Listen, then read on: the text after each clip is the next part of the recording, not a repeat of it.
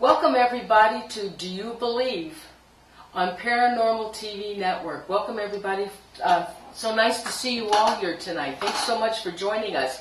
I am Norene, your host, and I have my lovely co-host, Donna. Lovely. Rob Conover. Now, Rob does have a paranormal team, but he's also an author of a book that he has written called Haunted No More, and he's got some fabulous stories to tell us. Very good book. I was going through it today quickly, but I was trying to, get as much as I could before tonight. Well, the thing... I'm happy that you have it on Kindle. Yay! Yay! Well, Rob was a skeptic. Mm-hmm. But now, guess what? Now he can speak and see spirits. So we're going to hear his story tonight. I can't wait to hear all his other stories that he has to tell us.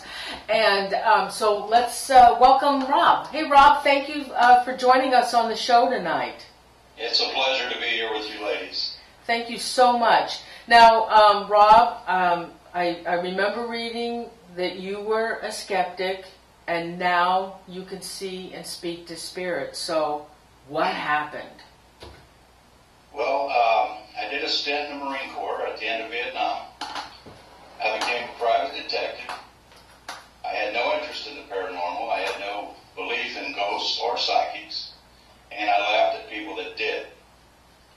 And for 14 years as a private detective, I got to the point where I didn't believe anything anybody told me and half of what I saw. And then I started going to the courthouse to deal with judges and lawyers concerning cases. And they began to tell me about an old building that was haunted. It was a healthcare center on the edge of town. And I thought, here are pillars in my community telling me they believe in ghosts. And the more I thought about it, the more it bothered me, to the point where I said, I'm going to spend the night in this old building and prove to you people there's no such thing as ghosts. And I thought it would be very easy, but I wound up having to go through these committees and talk to these different people. And the last committee I went to was the Property Commission that were going to give me permission to go in. And they were very serious about it. As soon as I sat down, they turned out the lights and played the theme song to House on Haunted Hill. And I love that. Before they voted, of course, one of them asked me if I had to drink spirits to see spirits. And finally, they said, okay, Rob, you can go in the building, but you got to take 3 people with you, and you can go in this Friday night. You're going to be locked in. There'll only be one door you can get out of. And it was Friday the 13th. And I had a newspaper lady with me, her photographer, and my best friend. And I was going out there to prove that this was all a bunch of bunk. I didn't believe. And before we go any further, I always like to say, I'm not here to change anybody's mind about what they believe. I'm just sharing with people what happened to me and how I became how I am today. And I still didn't believe in spirits when we went out to that old building and got locked in.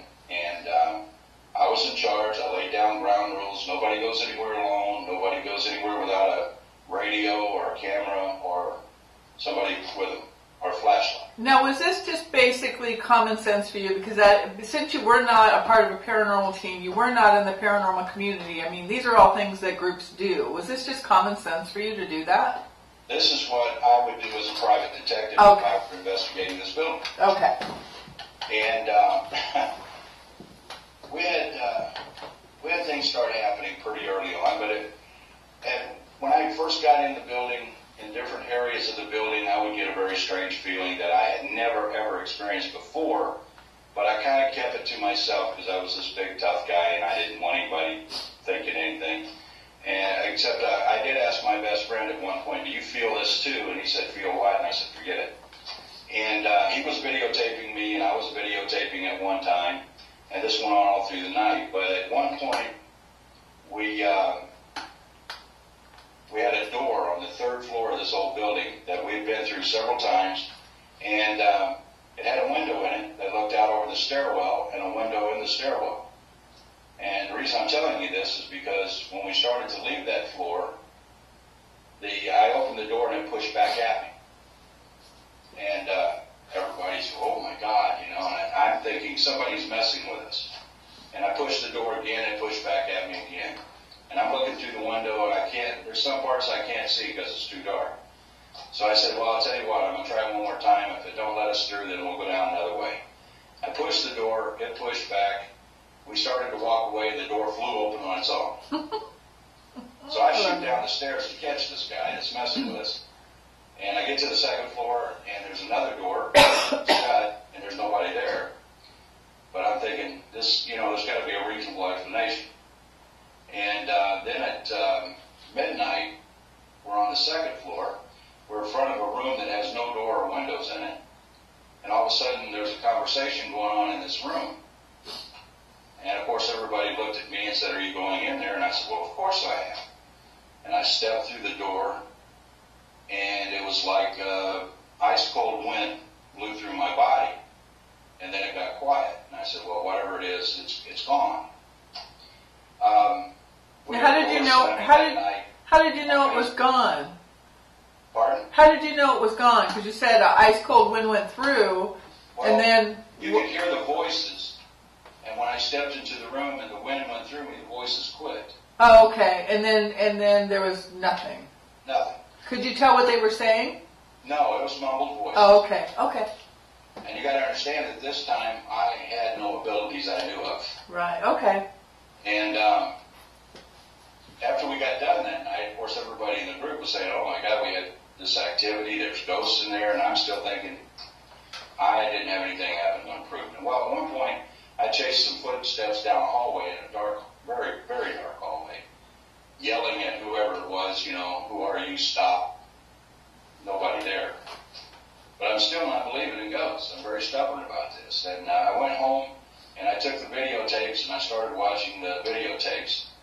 And at one point, I'm walking down this hallway. My buddy's videotaping me. I'm explaining the different rooms to him. Over my shoulder, there's two heavy weather doors, very heavy, that lead to the new part of the building that they didn't tear down. These doors, over my shoulder, you see them on film, they're opening and they're shutting all by themselves. When I get to the door, you see how heavy they are when I push them open. And when I get down the end of the hallway, I turn, he turns with me, and you see the door on the right shutting. There's windows in each door. It's all dark behind it, but you see this bright yellow light in this window and a shadow going past this window. So I wanted to get someone to look at this that would give me a impartial point of view about it. And so I took it down to the police department at shift change, because my brother was a policeman at the time. And I showed it to 25 cops. And they watched it over and over again, and I kept waiting for the jokes and the laughter. I didn't get any. Really? And there was the state crime scene investigator who was there. He said, you got to take this out and show this to Greta Alexander. She was a local psychic who was nationally known. And I said, I don't believe in that crap, and I'm not going out and see that lady. And he kept after me. He kept saying, you've got to show this to her, let her tell you what's going on. I said, Bob, you're nuts. She's nuts. I'm not going. And this went on for about a month, and finally he talked me into it. And I went out in the country to this lady's house. She's a very nice lady, very big lady, and beehive hairdo. I walked in, and she goes, okay, baby, the coffee's over there, the cups are over there, and I'll meet you in the living room. And very sweet, very God-fearing woman, very, very nice lady. But at the time, I'm thinking, quack. So we sat down, and she starts watching this video, and she starts saying, well, there's a spirit of a lady there, the spirit of a gentleman there, and blah, blah, blah. And I'm kind of laughing. And then it dawned on me that every place that she was saying that was a place where I had this very weird feeling. So I told her that, and she said, well, that's because you're sensitive, and you're always going to be sensitive. And I said, great, I'm sensitive to ghosts, that's wonderful. And she said, you're going to do this the rest of your life. Oh my And I gosh. said, lady, you're full of crap. I didn't say crap. I said, well, I've never been told that before. And I said, there's the first time for everything. And then she said, you got to go back to this building, and you got to tell these spirits it's okay for them to move on, because they were going to tear this big, beautiful 3-story building down. And I said, I'm not going out there and talk to anybody I can't see. She goes, you've got to. You got to go tell these spirits to move on. Went on about it, and finally we left, and all the way back to my town, this Bob was saying, you've got to do that, Rob. You know, she knows what she's done. I said, she's a quack. She thinks I'm going to do this the rest of my life. I don't want to do it at all.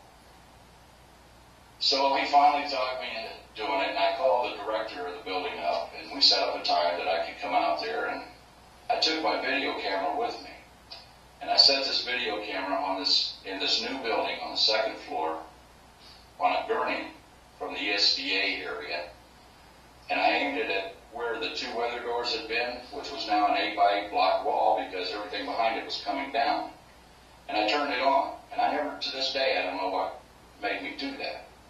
And then we went downstairs. And I had to find a key to get us in so that we were the only ones there. We're downstairs and we're talking and drinking coffee for about an hour. And I said, well, you know, I told this lady I was going to do this really stupid thing, so I'm going to do it.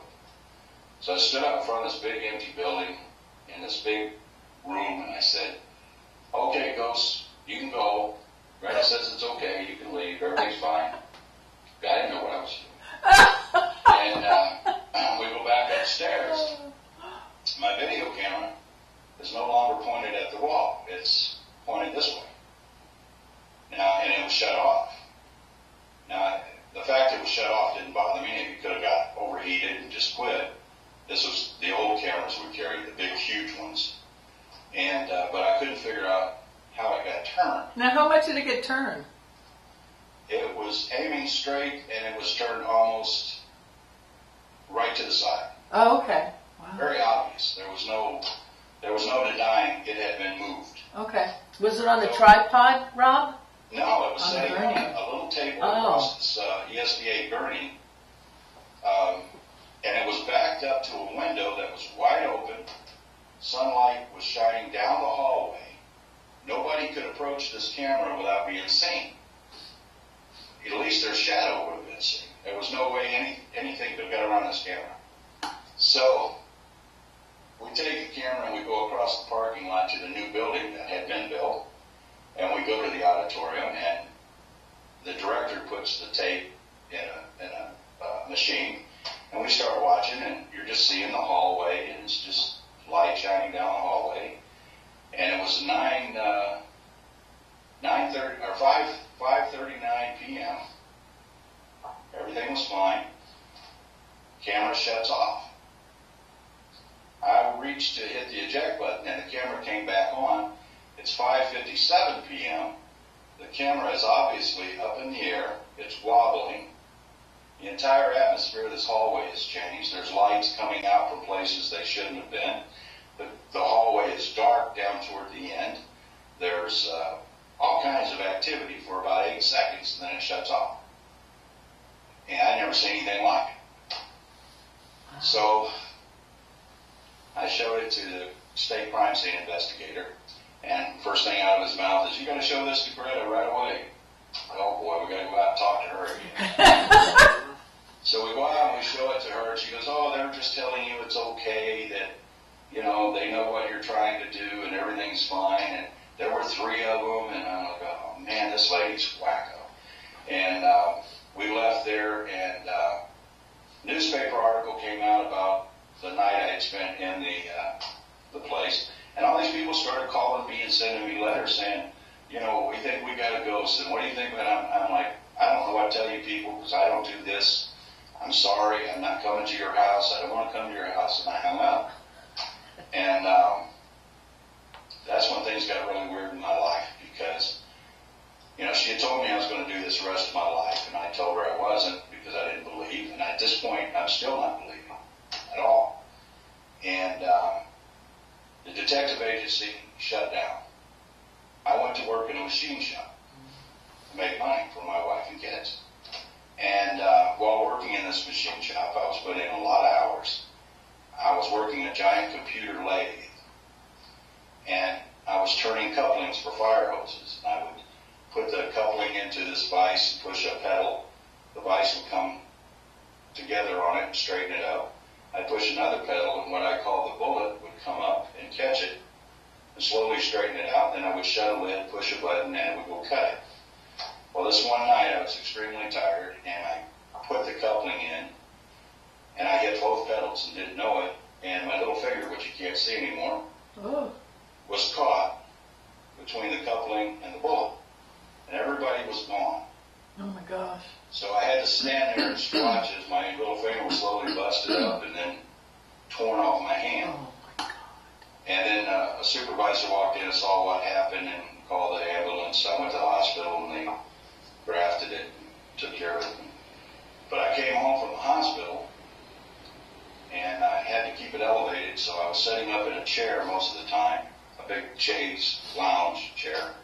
And my boys were opening sodas and cans for me in case I got hungry during the day and putting movies in the VCR that I didn't like. And then I had medication there for pain. Well, I'm not a big pain medication person, but I would take one occasionally when it got real bad and I would fall asleep. Well, I started having these really weird dreams. And then the next day I started reading about my dreams in the paper. And for the first time in my adult life, I was scared of something. I started telling my wife to answer the phone, and she'd say it's not ringing, and then it would ring, or answer the door, and she'd say nobody's there, and then the doorbell would ring, and somebody'd be there. Or I'd tell my kids not to go to school this way, go to school this way, and then there'd be an accident. And I didn't want anything to do with it. It was scaring me absolutely to death. Rob, can I ask you a question?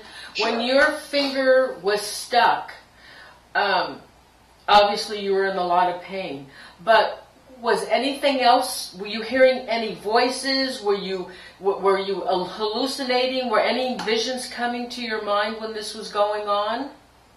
No, I could hear myself cussing very loudly. That was about it. I think As a matter of fact, I must have been in shock because even while my finger, when I felt the bones busting in my finger, I didn't cry out in pain. And then when I felt the tearing and the ripping of the skin, and I knew it was coming off, it just seems like I cussed louder. But you were feeling the pain? I was angry. he was in shock, so the body goes into shock mode. And I was angry, so I wasn't feeling the pain. I was just mad. Right. That this had happened. But when reading your book, I was born with my abilities. I've had them all my life. I've embraced them. I haven't embraced them. I've embraced them. But it seems like, I don't know what this accident did, but it seems to have altered you somehow. And usually that happens in near-death experiences. So I'm just... I think that this is just my personal opinion. Like I said, I don't change anybody's mind about anything. Yeah. I think that sometimes when people go through a very intense emotional or physical trauma, sometimes that little part of the brain we don't use gets popped open. Wow. That's interesting. Yeah, because they say everybody's psychic. Yeah.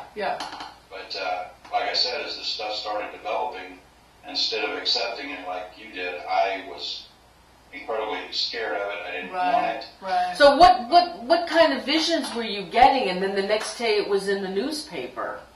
I had the first vision I had was of a car wreck where two women were very badly hurt. And I recognized the intersection of my town and everything that had happened in. And then the next day it was in the paper. Okay, so was this a dream or were you sitting there and the vision was coming to you? I thought I was dreaming. You were asleep? Yes. Like I said, I had some very good pain pills. Yahoo. The kicker, when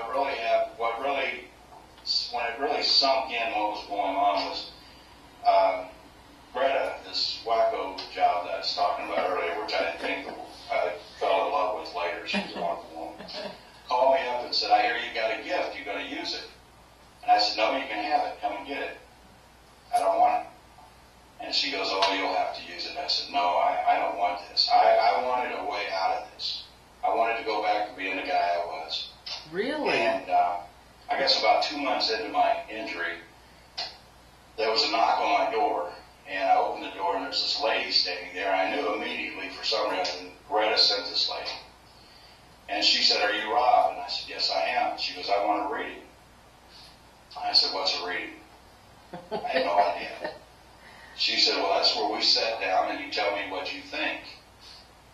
said, well, hell, lady, I'm from Missouri. We call that a conversation. And, she came in and sat down, and I scribble when I do it. I don't know why, but I had two tips of finger and a thumb, and I was scribbling with a pen on a piece of paper. And it's kind of funny when I think about it now, because I was telling her things about herself I couldn't possibly know, and she was getting excited, and I was getting excited because I couldn't figure out how I was doing this. But I do remember right in the middle of the conversation, I said, you need to get a physical. And she said, I'm a nurse. I take very good care of myself. And I said, I don't care. You need to get a physical. And it was about 2 weeks later, she called me and said that they found that she was in the pre-cancer stages of cancer, and that they were able to stop it with medication because they caught it so soon. That's awesome. And that made me kind of sit back and think a little bit. I still wasn't convinced of anything, and I hadn't seen a spirit yet or anything. Okay, well, Rob, okay, so now you're in this where you can predict things and do readings. Now, what about your family? Since you were around your family, what was happening at home? Well, the first thing that was happening at home, my wife was trying to understand me. And I had my son at the time was just barely a teenager, and he was telling me this was something God wanted me to do. My son's very religious. And at that point in my life, I had very little faith, because I lost a couple of people very close to me, and I was thinking, how could a God that I believe in do this to these wonderful people? But this really brought my faith back. And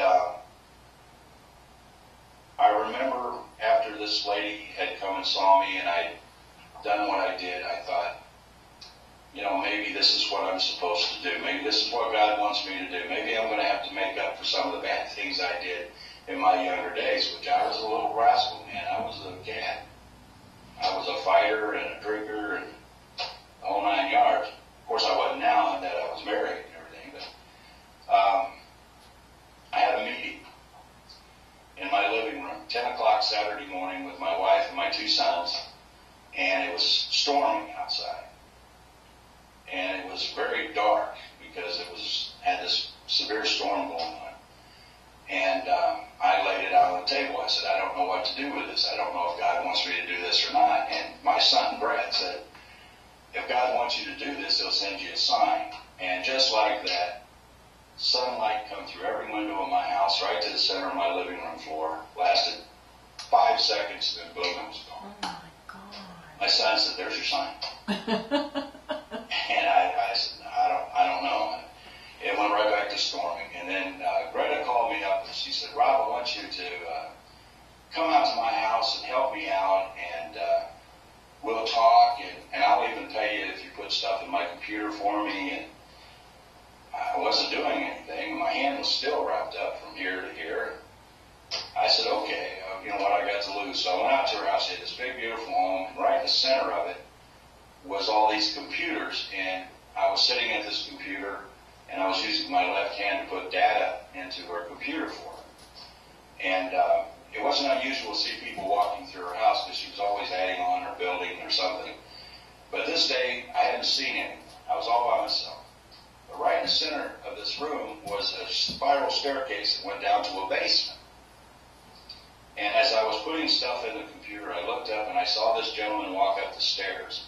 I'll never forget it, as long as I live, and this is 22 years ago. He had slick back gray hair, great big black rimmed glasses, little cigar sticking out of his mouth. He got to the top of the stairs and looked at me, and I looked at him, and I'm still putting data in. I smiled, and I said, how you doing? And he smiled and faded away.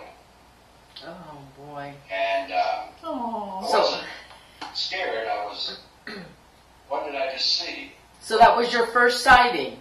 That was my first. Nice. And Greta's husband at the time came in, and I said, I think I just saw a ghost. And he goes, he wasn't upset or excited. He said, what do they look like?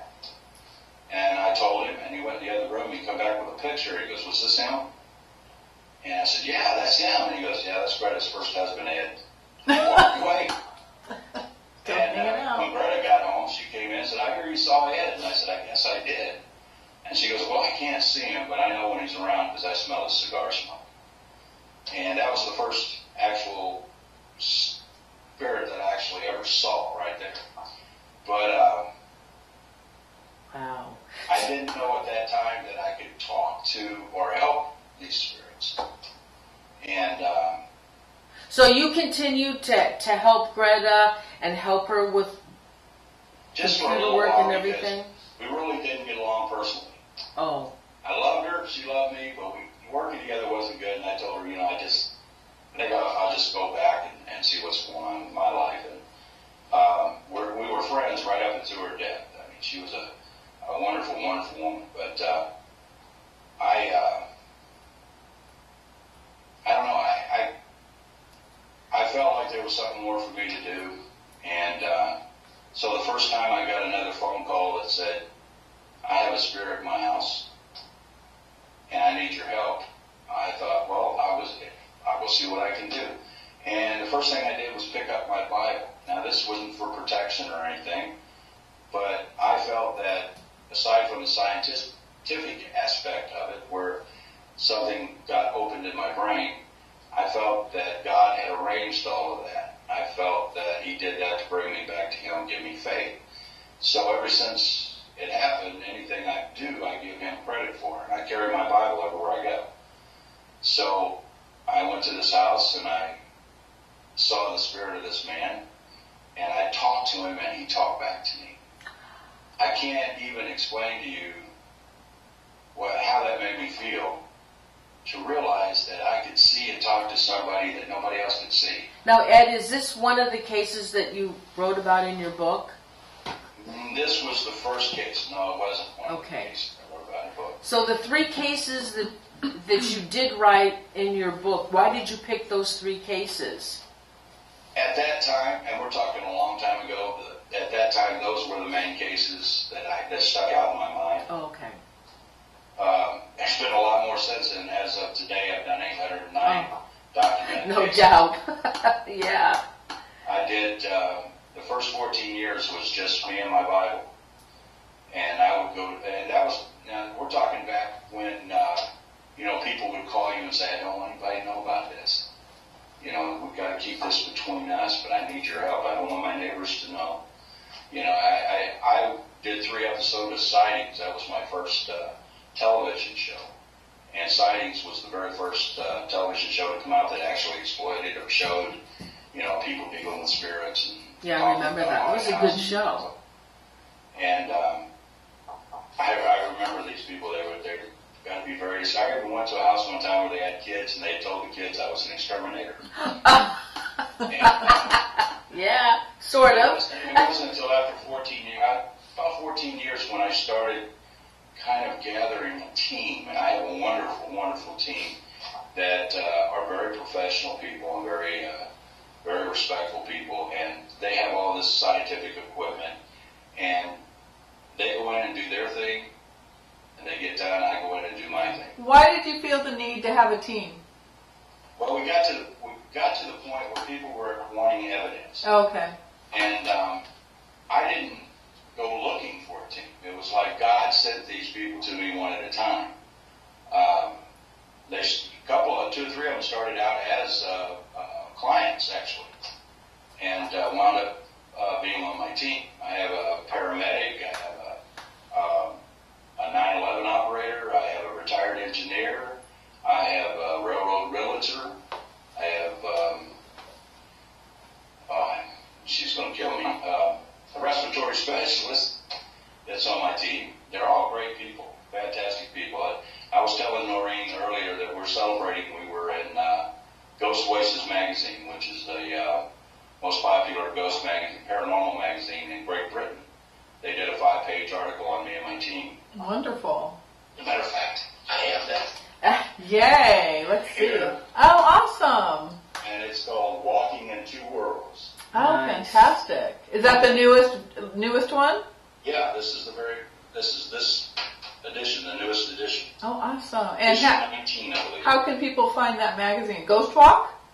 No, if they go to ghostvoices.com, I believe they'll steer them right to where they can order the magazine and everything. Wonderful. But it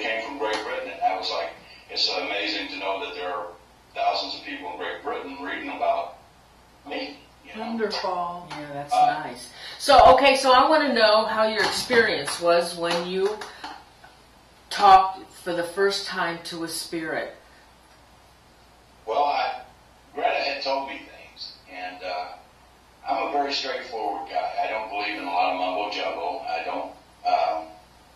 I don't use anything, spiritually. Like I don't use a lot of sage or anything like that. I feel that I have to go in and deal with these spirits one-on-one, face-to-face, in order to help them move through that light.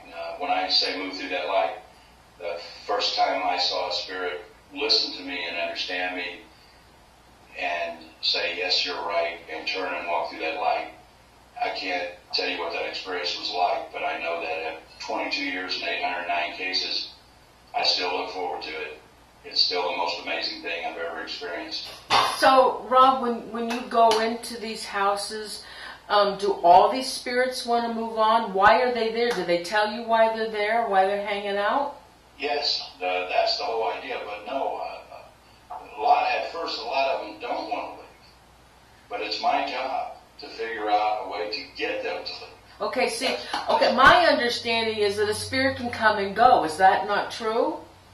In my way of thinking, in my belief, once a spirit leaves, they don't come back. Is that right? So they don't have... If they want to come back to somebody, they come back in a dream, or they figure out a way to tell somebody something, but physically don't come back. You've never had anybody. Do you ever deal with guides? People's guides? No, it's just me and them. Oh, okay. So you don't see like people's guides who are with them to help them in life?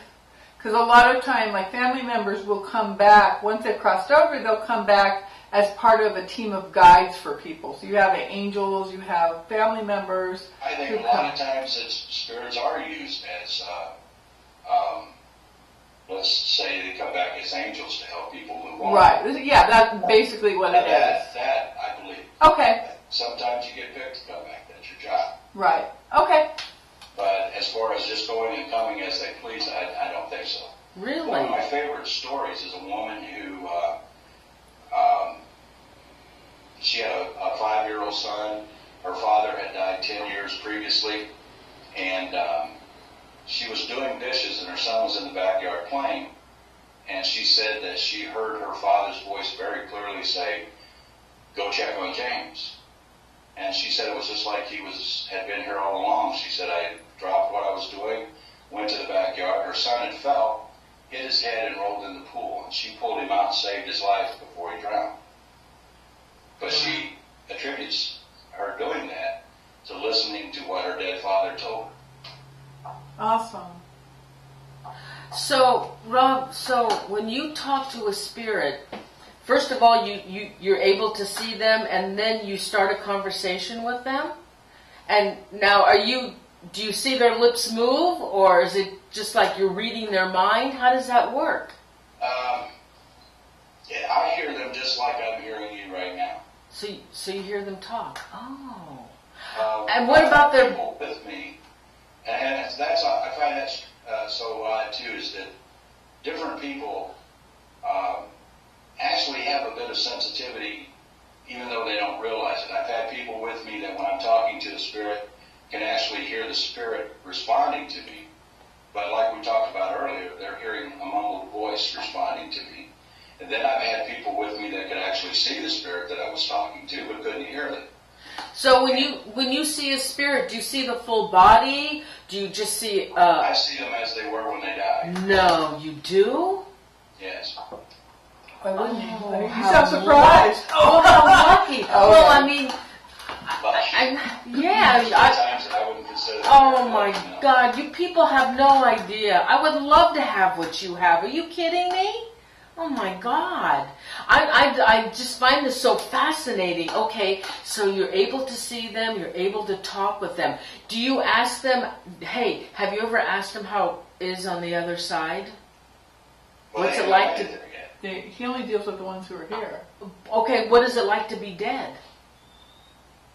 Well, from what I understand, it's like being in between this world and this world, not being able to communicate with this world, not being able to communicate with this world, kind of in a wall. And when they decide to be known, they do everything they can to get somebody to let them know that they're here. You know, we're made up of energy, electricity, and water. When we die, we maintain that energy and electricity. So they turn off the lights, or they turn on the TV, or it takes a lot of energy for them to move something, but they move something, or they take your car keys. They're trying to say, hey, I'm here. They're trying to communicate. And then when somebody walks into the house and turns and looks at them and goes, who are you? And they're like, he sees me, you know. So have you ever talked to a spirit that's been so frustrated because they've done everything they can to get their attention and nobody sees them? Well, I think sometimes when people start talking about poltergeist activity, it's actually that frustrated spirit that's really trying to get somebody's attention. And a lot of times it's for a good reason. Like something's going on in the house somebody needs to know about. Now, why do you feel that spirit? Do you feel all spirits need to move on, or do you know? I have the belief that, except for children, adults should have the choice, unless they're disturbing a family. I find it very hard to believe that someone would want to stay here, where they can't communicate with anybody, when they have the opportunity to go somewhere where I believe is God in heaven. Okay, I just that's my belief. Okay. And once they're there, they don't want to come back. Okay, Rob. So the spirit that you talk to, that's like stuck here on Earth, they don't know about the other side. They don't know about that other side. Then they only know that they're. A lot of times, I think when we die, we're all confronted by that light. But I think sometimes guilt about something we did while we were alive prevents us from going through that light, afraid of what's going to happen. Definitely. Finishing something that we need to finish on this side before we move on, letting somebody know something before they move on, or the fact that they led a very evil life and they don't want to go through that light in fear of the punishment they're going to get. Now, are these spirits alone, or are they with other people? Well, what I've discovered over the years is when I've been to a house where there were multiple hauntings going on, that the spirits in the house weren't aware of the other spirits that were in the house. Unless there was a connection, a multiple death where they all died at the same time. That was the only time they knew about each other. Whereas if Grandma was still there and she died in 1890, and then her great-granddaughter was there, died in great-great-grandfather, her mother died in a different era, they didn't know about each other. Oh my God! So these spirits will be in the same house, but they don't know that that they're there. Exactly. Hey, okay. So have you ever thought about going to like where? Okay, I know you were a detective. Have you ever thought about going into a house where there was a murder committed, and see if the spirit was still there, and found out who killed them? I actually was called by a lady to a house way down south, and I drove there with my assistant. We went into the murder house, which had not been opened up to the public yet. The murder was very fresh. The guy that was murdered was her nephew, and the police suspected another family member of the murder. And there was a cat in the house. I'll never forget that, a black and white cat. But I went into this house, and the gentleman took me to the crime scene and told me exactly what happened, exactly where he fell, exactly everything about it, every detail, and I'm telling her. And then he told me exactly who killed him. And the cat, she warned me about the cat when I first came in the door. She goes, that cat will attack you. And the whole time that this gentleman is telling me who murdered him and how they murdered him, the cat was sitting on my lap, purring, and I was petting him. And as soon as it was over, the gentleman said it was ready to leave, and he left. The cat bit me on the leg.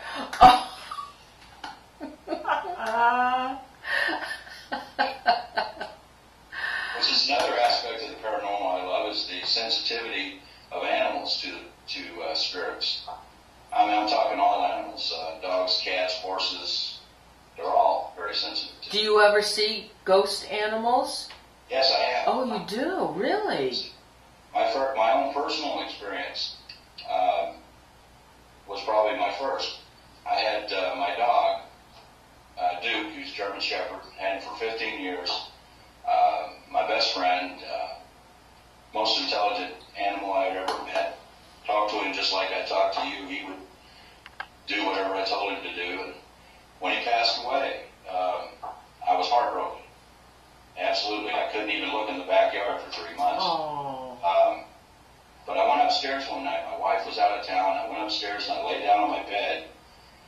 And I heard him. He had this heavy chain collar.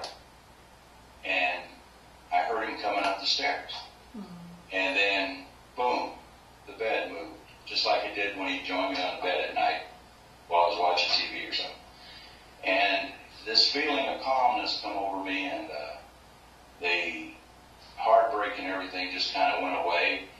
And I said, I'm okay, Duke. I said, you can go on. And I never felt him again after that. Really? So animals also have to be told to move on, or they stay here? Well, I think animals are like kids, and we haven't got into that yet. I'm writing a book on that right now. But animals are like kids. I think they feel our pain. They don't want to leave us while we're in that pain. You know, they want to stay with us. You know, one of my most heartbreaking cases that I ever worked, a family lived in a 2-story house out in the country, had a little bit of land, and they had 4 or 5 kids, and they had a 4-year-old son. And the house caught fire one night, and they couldn't get to the 4-year-old son's room because of the fire. They crawled out on the roof and made their way around to the windows. And this mother had to watch as her 4-year-old yelling her name, and the floor gives way. Oh. And she watched him fall into the fire and die. And, of course, she had to be rushed to the hospital and sedated. And while she was in the hospital, the husband bought a house in town so that she wouldn't have to come back to this place. Tore this house down and had a modular home placed on that property because he still loved this place. He didn't want to leave it, but he knew he couldn't bring her out there.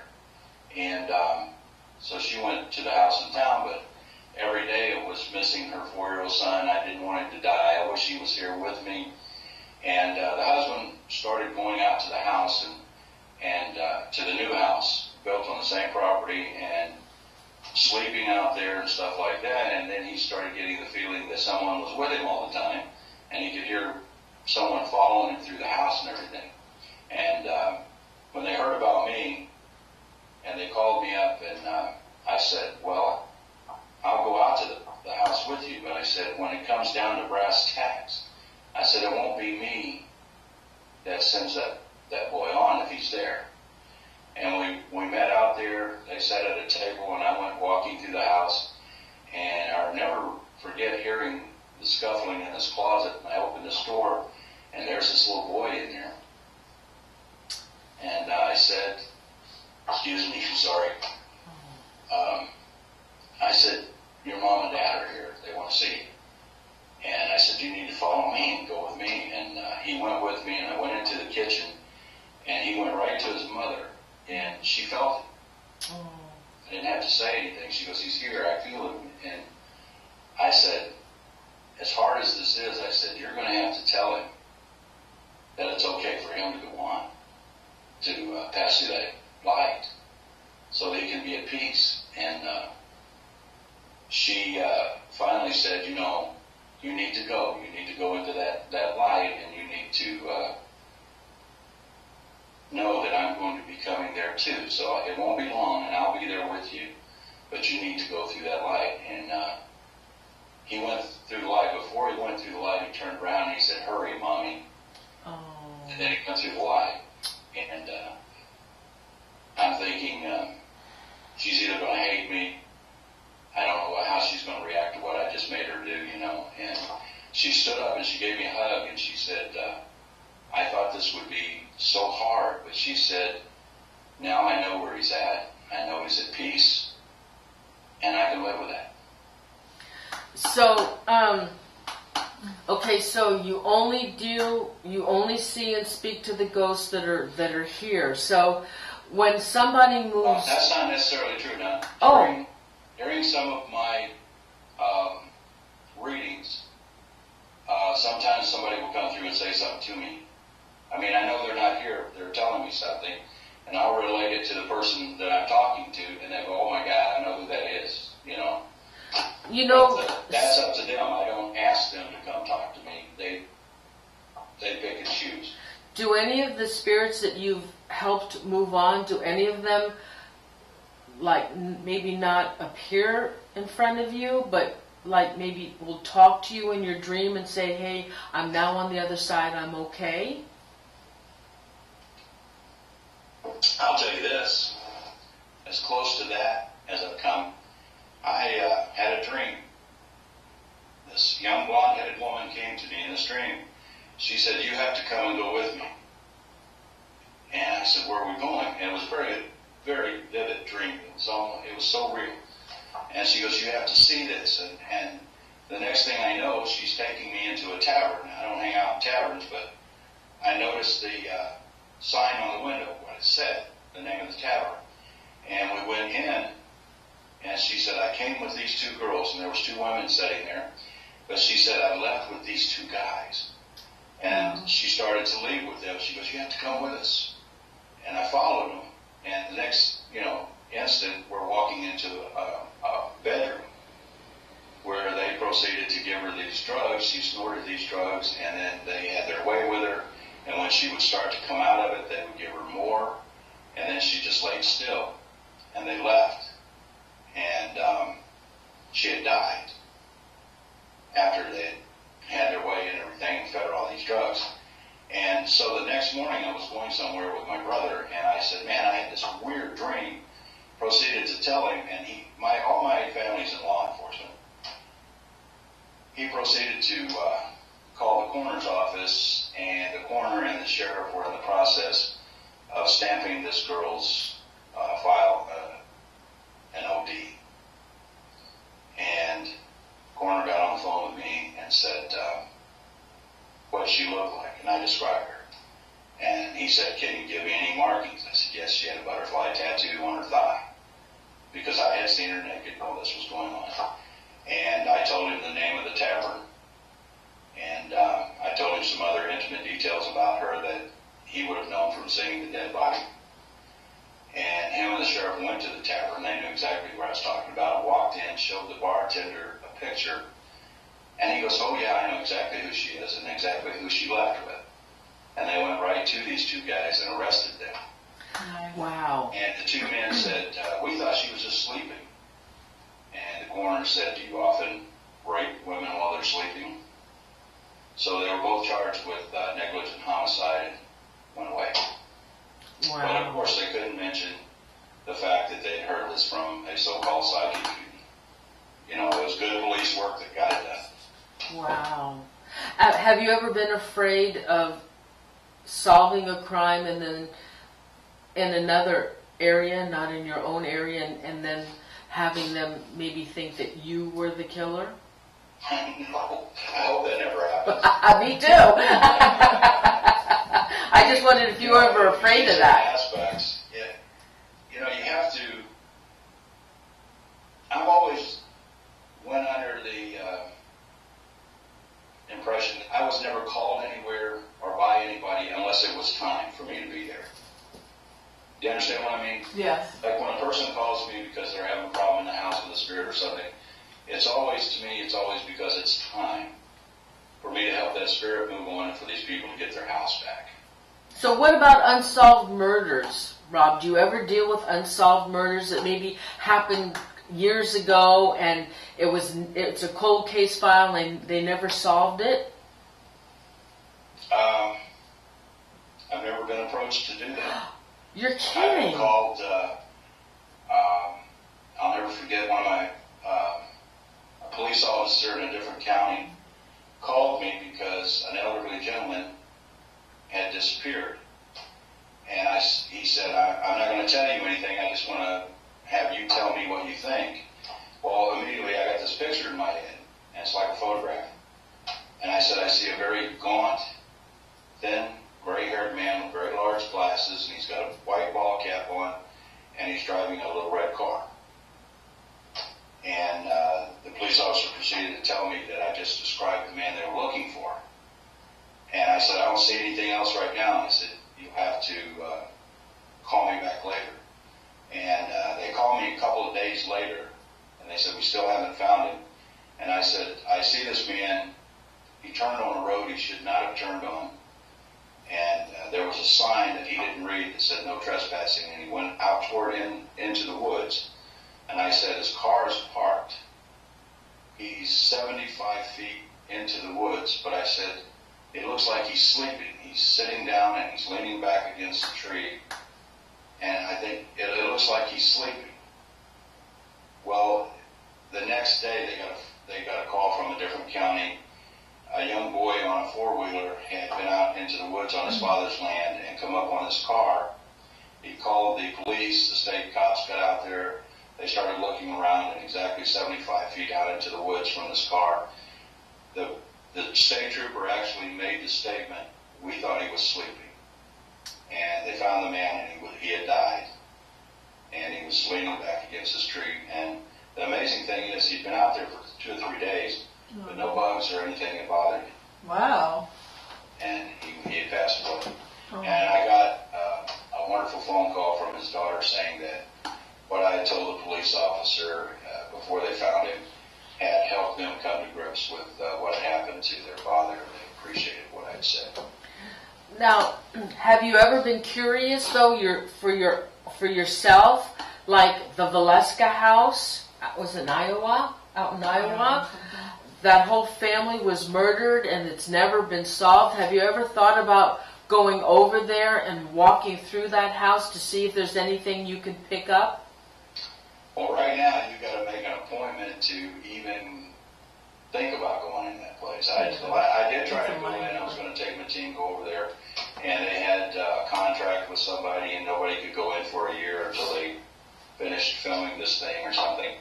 And so I never tried again to go back in there. So I found things, too. I mean, I've actually had spirits tell me where things were in the house that they wanted somebody to find. Nice. I did one house where this elderly gentleman said, before he left, he kept saying, I want you to check the old staircase. You have to check the old staircase. He kept saying this over and over again. And I assured him, I said, we'll check the old staircase. And he left, and I turned to the owner, and I said, look, where's this old staircase? And he goes, we don't have one. And I said, well, you got one somewhere, or he wouldn't have said that. And we went on a little hunt, and we went down through the furnace room, and underneath the kitchen was a very old house. At one time, there had been a staircase that came down into the kitchen when they cooked down in the basement during hot weather back in the old days. Yeah. Well, there were like 3 steps remaining at the top of this floor where it had been sealed off. So I helped this young guy up in there so he could see, and there was a small hole with something sticking out of it, and he reached in and he pulls out a knife about this long. And the blade is, it's a very old knife. It's got a balsa wood handle. It's flat on one side, sharp on the other, and it is covered in blood stains. Wow. And I took it to the corner, and he said, this is definitely blood stains. This blood stains have got to be, I can't tell you how many years old. You know, there was no way to check DNA or anything like that. But he wanted me to find that knife. I would imagine before some young kid found it or something. But he wanted somebody to know where that knife was. I'll be now, whether or not it was used in a murder, I don't know. Because he was already gone. When you go out in public or to the supermarket, are you seeing ghosts when you go out in public? Here's the trick. Yeah. After all these years, I finally learned the trick. Yay. Look at everybody the same way. Even if I suspect that somebody I'm looking at is not alive, I'm not going to let them know that. Okay, but Rob, okay, these spirits probably don't act like human, though. Don't you think? Why Because, well, wait a minute. Well, Well, let me see what I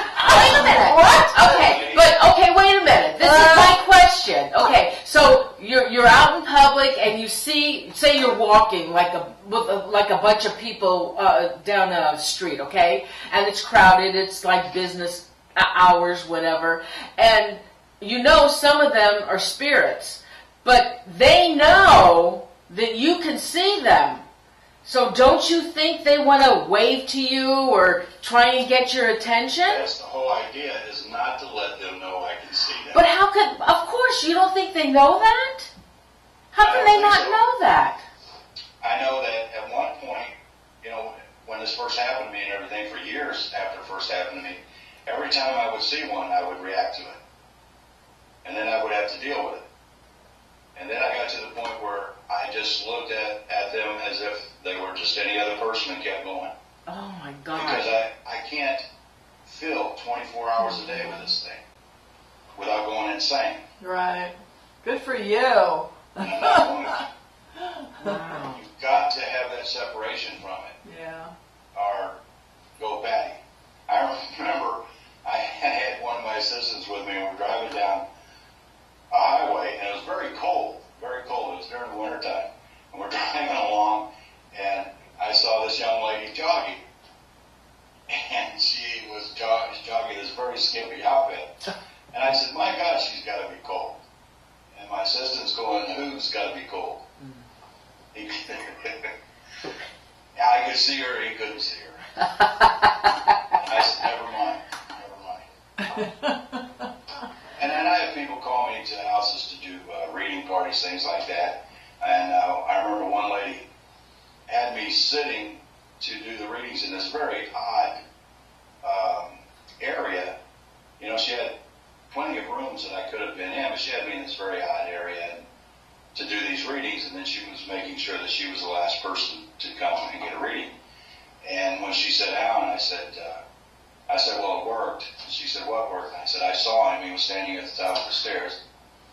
And she goes, you saw the ghost? And I said, yeah. I said, that's why you sent me here, wasn't it? She goes, yeah, that's exactly why. I wanted to make sure that you could actually see the ghost. So did she know who it was? No. Who was it? As a matter of fact, what came out in that situation was every night at the same time. What was amazing about this house was it was extremely cold all the time. They had the heat up. And every night at the same time, they would hear someone running across the hall upstairs, and then this loud bang.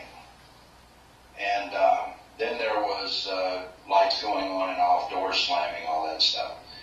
But what had been there before this house was built was a log cabin that this man had built for his family. And he had went out with his friend and got into some moonshine, got drunk, came back with his lantern, went upstairs in the loft where everybody slept, set the lantern down to go to bed, and the lantern fell over and caught fire. Mm.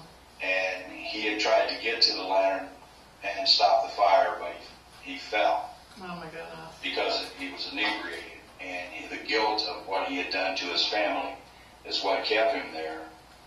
And I had to explain to him that my God was a loving, merciful God, and if he went through the light and showed faith in God, God would show his love and his mercy and his forgiveness. And I said, your family will be there waiting for you. And he left. But 5 minutes after he left, and we were downstairs discussing it, the house got so hot, we were all starting to sweat, and she had to get up and adjust the temperature again, because while he was there, it had been so cold, and after he left, it had got warmer and warmer. Wow. The viewers want to start asking some questions. Yay. Okay. Now, Rob, will you answer some questions? Sure. Okay.